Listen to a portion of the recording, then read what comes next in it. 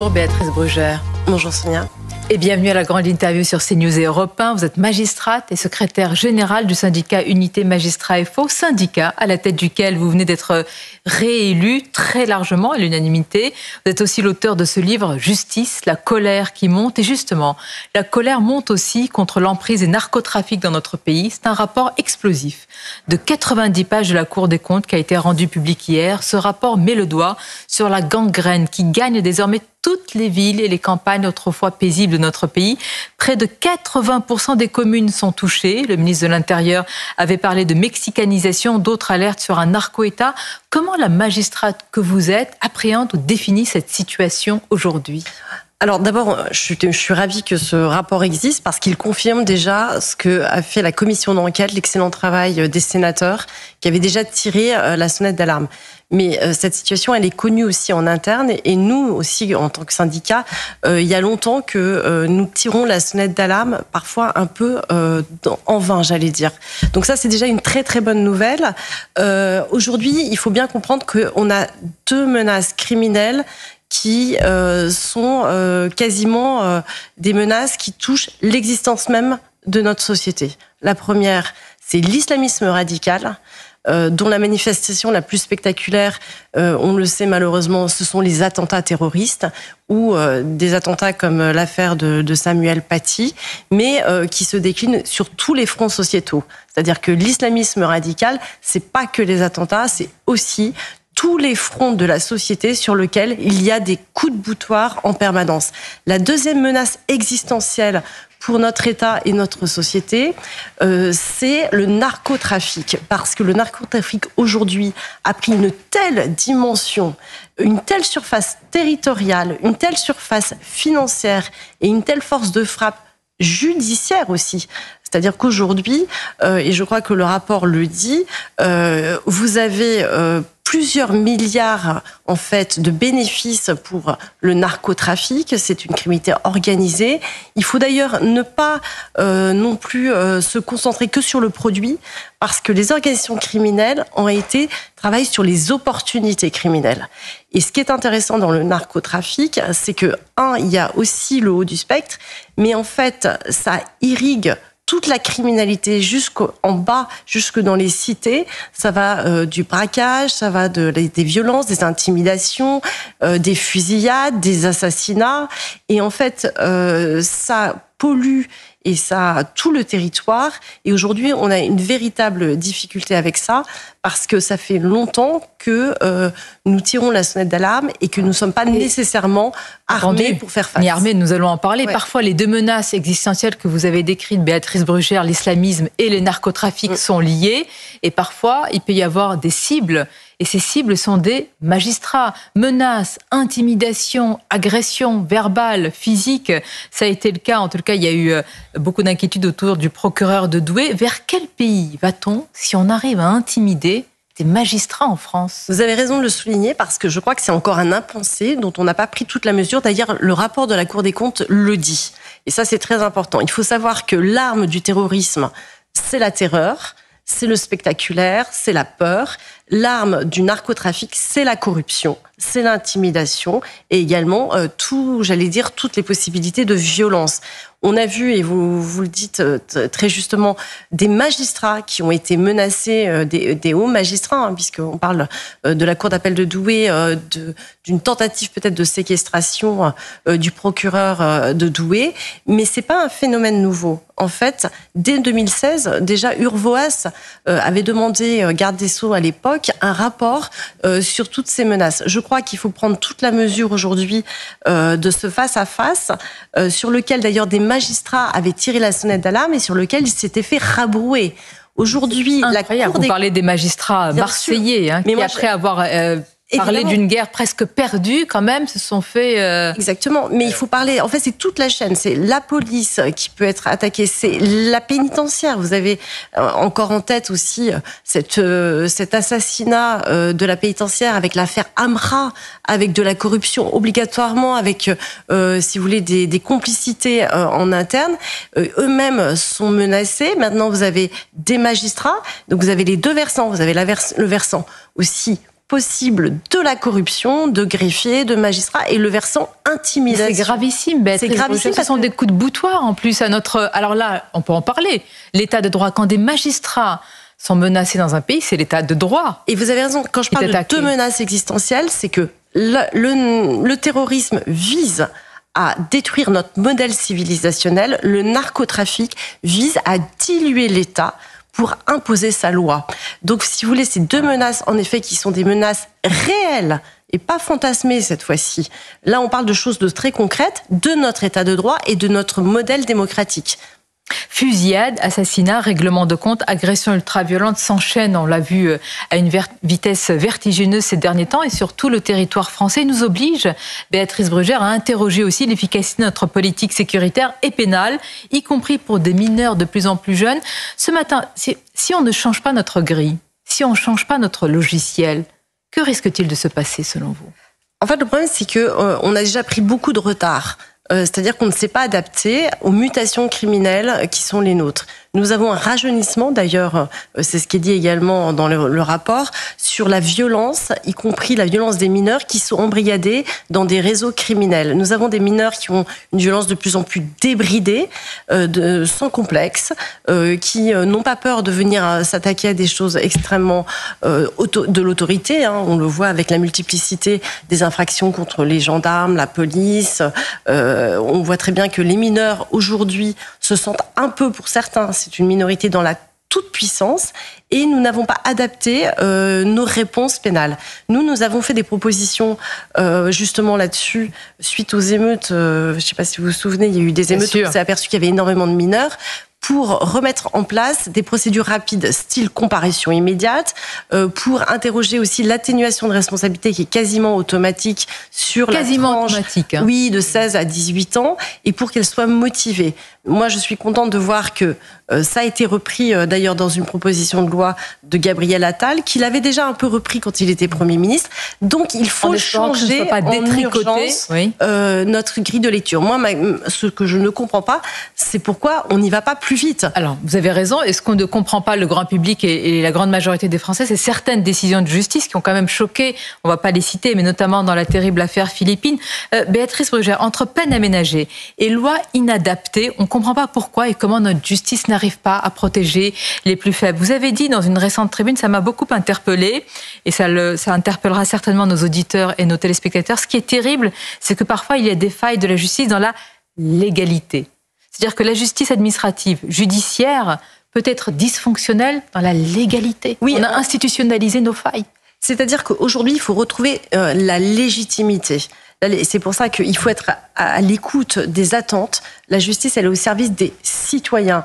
On n'est pas là que pour faire du droit, on est là pour rendre justice. Et il y a un écart entre appliquer la loi et rendre justice. Et cet écart, c'est toute l'intelligence de situation, du discernement. Et là, il faut qu'on retrouve notre légitimité. Ça ne vous a pas échappé qu'aujourd'hui, la justice est en perte de crédit en permanence. Il faut absolument, parce que c'est un pilier de notre démocratie, que la justice retrouve ce crédit. Les citoyens ont un besoin de justice incroyable, on le voit. C'est un idéal, les gens sont prêts à se battre toute une vie pour obtenir justice. Nous leur devons cette justice. Pour cela, il faut absolument se remettre en question. Se remettre en question, c'est-à-dire éviter de se dire non, circulez, vous n'avez rien compris, tout est parfait, on a respecté la norme. Il faut réinterroger nos modalités, il faut réinterroger notre façon de travailler, il faut réinterroger notre façon de rendre justice. Vous en êtes capable et vous le faites. Est-ce que tout le monde l'est ? Je cite notamment, comment redonner confiance dans le système judiciaire et faire en sorte d'éviter toute politisation de certains magistrats, notamment à travers Béatrice Brugère, le syndicat de la magistrature, qui à coup de tribune et de participation à la fête de l'humain affiche clairement, officiellement son orientation politique. Est-ce qu'on peut, dans notre pays, juger et être syndiqué avec des opinions politiques affichées ? Nous avons un devoir d'impartialité. Vous m'avez répondu, donc. donc non, on ne peut pas juger. Nous avons un devoir d'impartialité. Moi, ce que je veux dire aux auditeurs, parce qu'il y a une confusion, il faut qu'ils entendent ça. Il existe un syndicalisme judiciaire réformiste qui ne fait pas de politique et qui est au service des citoyens. Nous ne voulons pas avoir aucune allégeance. Nous n'avons aucune allégeance ni politique ni militante. Nous parlons d'ailleurs à tous les politiques. Nous faisons des propositions de réforme. Nous ne sommes pas corporatistes. Nous sommes capables de reconnaître nos erreurs, nos dysfonctionnements. Moi, je regardais le dernier projet de loi de finances. Nous avons des indicateurs de performance qui sont des indicateurs de contre-performance. Je m'explique. On rajoute des moyens humains et budgétaires. Les délais s'allongent. Nous jugeons de moins en moins. La chaîne pénale est saturée. Nous avons un rapport de l'inspection qui est un peu secret ou discret en tout cas, qui montre que nous avons des millions de procédures qui ne sont pas traitées dans les commissariats, gendarmerie. Aujourd'hui, on nous demande d'augmenter les alternatives aux poursuites et nous avons le taux le plus bas, un des taux les plus bas, puisqu'aujourd'hui nous sommes à peine à 15%. Écoutez bien, 15% de dossiers qui sont jugés devant une juridiction. Mais vous êtes en train de nous dire que vous subissez aussi de l'impuissance en amont. Oui, donc il faut changer nos modèles. On peut le faire, le déclin n'est pas irréversible. Prenons un exemple concret. Pour améliorer le système, il faut aussi que la justice et l'intérieur marchent d'un même pas et travaillent main dans la main. Par exemple, on nous dit toujours, et c'est le cas, il faut plus de places de prison. Comment expliquer, Béatrice Brugère, que des détenus condamnés dangereux se retrouvent dans des centres de rétention administratif? Est-ce que c'est parce que nous n'avons pas de place de prison? Comment expliquer ce transfert de profil? Alors, en fait, nous avons fait des propositions là-dessus. Normalement, les détenus qui sont étrangers et qui purgent une peine de détention devraient faire l'objet d'une attention toute particulière pour avoir des procédures soit de libération, expulsion pour qu'ils partent avant de sortir. Comme on n'anticipe pas et qu'on ne fait pas ces procédures pour une grande majorité, ils sortent, après ils vont dans les centres de rétention administrative, dont on sait qu'ils ne sont pas faits pour ça, d'ailleurs. Il y a des problèmes de violence, d'ailleurs, au passage. Ils ne sont pas faits pour ça, ça coûte très cher. Et après, vous avez des délais où on est obligé de les remettre dehors. Je signale aussi que nous avons envoyé sur la place des prisons. On a aujourd'hui entre 3 et 4 000 matelas. Et c'est un problème de surpopulation. Nous avons écrit au garde des Sceaux il y a un mois pour dire attention, nous avons la possibilité aujourd'hui, dans les textes, il n'y a rien à faire, il y a juste à donner des ordres, à appliquer. 3 à 4 000 détenus européens qui pourraient être transférés immédiatement dans leur pays sans laisser-passer consulaire pour finir d'exécuter leur prison chez eux, dans leur pays. Là, il n'y a pas de problème de laisser-passer consulaire, ce sont des détenus européens. 3-4 000, c'est les 3-4 000 matelas qui sont au sol. Ce qui est incroyable, alors vous parlez de ces détenus européens, il y a les détenus extra-européens, un quart des détenus français sont des étrangers et en majorité des extra-européens. Est-ce que c'est au garde des Sceaux de donner des instructions, en réalité, pour que soit appliqué ce que vous nous dites? Bien sûr, ça s'appelle la politique pénale. Bien. Donc, CQFD, si on peut dire. Alors, vous avez sur les détenus extra-européens tout un travail aussi qui est fait aussi par le ministère de l'Intérieur. Je crois que Bruno Retailleau, le ministre de l'Intérieur, a commencé à le faire avec un début de succès. Tout un travail diplomatique, vous le savez, puisqu'en fait, là, pour le coup, évidemment, on est soumis à des laissez-passer consulaires. Donc ça, c'est un travail politique. Les ministres sont des politiques. C'est à eux qu'il appartient de faire en sorte. C'est pour ça que je vous demandais tout à l'heure, parfois vous ne subissez pas l'impuissance du politique. Mais il y a les deux. Il y a les deux. C'est-à-dire qu'on a aussi les textes pour faire les choses. On ne le fait pas. Pourquoi on ne le fait pas? Alors pourquoi? Est-ce que la prison, c'est l'exception par idéologie ou bien parce que les prisons sont pleines à craquer et justement qu'on fait porter aussi sur le magistrat cette impuissance? Est-ce qu'il y a des deux? Alors oui, la prison, c'est l'exception. D'ailleurs, on nous demande de plus en plus... Depuis très longtemps, c'est la fameuse théorie bien sûr. Foucault, oui. Mais on nous demande de plus en plus de mettre de moins en moins en prison, en détention, parce que justement, on nous dit qu'on a une surpopulation carcérale. Sauf que, moi j'indique qu'on a une politique depuis des années qui est incohérente et irresponsable. On a stoppé tous les chantiers de construction aujourd'hui. On est en sous-équipement carcéral. Christiane Taubira, quand elle est arrivée, elle a stoppé tous les chantiers. On nous dit qu'il faut 7 ans pour faire sortir des prisons du sol. En vrai, quand on regarde, il faut 2 ans et demi à 3 ans. Le reste, c'est de la technobureaucratie. Donc, il faut accélérer les process, il faut construire autrement. Nous, on a fait des propositions d'ultra courte peine de 7 jours. On s'aperçoit qu'en fait, aujourd'hui, on a un problème de politique pénale.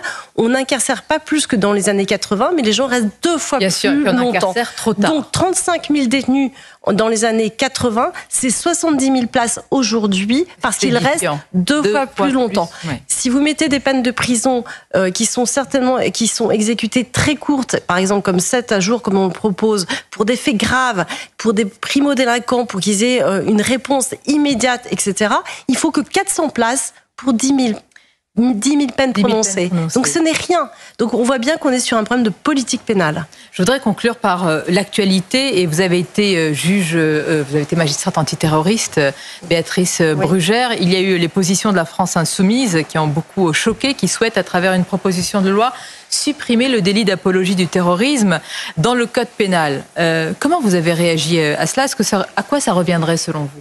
Alors, ce délit qui avait été fait, je crois, par Monsieur Cazeneuve à l'époque, avait un intérêt, c'est que en fait, on s'était aperçu que les gens qui faisaient du délit d'apologie étaient souvent des futurs terroristes, et ça permettait d'identifier ces personnes, leur dangerosité, condamner éventuellement cet appel au meurtre, au terrorisme. C'est quoi l'apologie du terrorisme? C'est de demander d'aller tuer des gens quand même. Et en général, ce sont des civils. Donc en effet, ce délit a un intérêt parce qu'il permet d'investiguer, parfois justement de prévenir des attentats et de condamner des gens qui sont radicalisés. La proposition de loi dont j'ai entendu qu'elle serait pas une abrogation pure et simple, mais un transfert pour le remettre dans le droit de la presse, je n'ai pas vu ça du tout. Ce n'est pas écrit comme ça. C'est ce qui est expliqué aujourd'hui. En fait, c'est une abrogation pure et simple qui a été proposée par les élus LFI. Qui serait, et avec aussi avec 3 articles dont le deuxième serait d'évaluer la politique des magistrats qui l'utilisent, ce qui est quand même très particulier, c'est-à-dire aller voir comment les magistrats appliquent la loi. En deuxième article, me semble une régression très grave par rapport à la menace que je vous ai indiquée, qui est une menace existentielle aujourd'hui, puisque sur tout le territoire aujourd'hui, nous avons de plus en plus de contestation du modèle de notre société, dont l'apologie du terrorisme, qui appelle très clairement à des actions extrêmement violentes, y compris contre des civils. Merci Béatrice Brugère. Je rappelle que pour votre livre « Justice, la colère qui monte », vous avez reçu le prix de l'essai politique du barreau de Paris 2024. Je crois que c'est la première fois que la magistrate est récompensée. On voit votre sourire, je le dis à nos auditeurs. C'est important compte tenu des thèmes que vous portez. Oui, et puis c'est très important parce que c'est difficile parfois avec les avocats qui reprochent des relations difficiles, et je trouve que c'est un très, très beau symbole. On peut faire l'unanimité. Et ça me fait très plaisir. C'est heureux. Voilà. Merci Béatrice Brugère. Bonne journée à vous.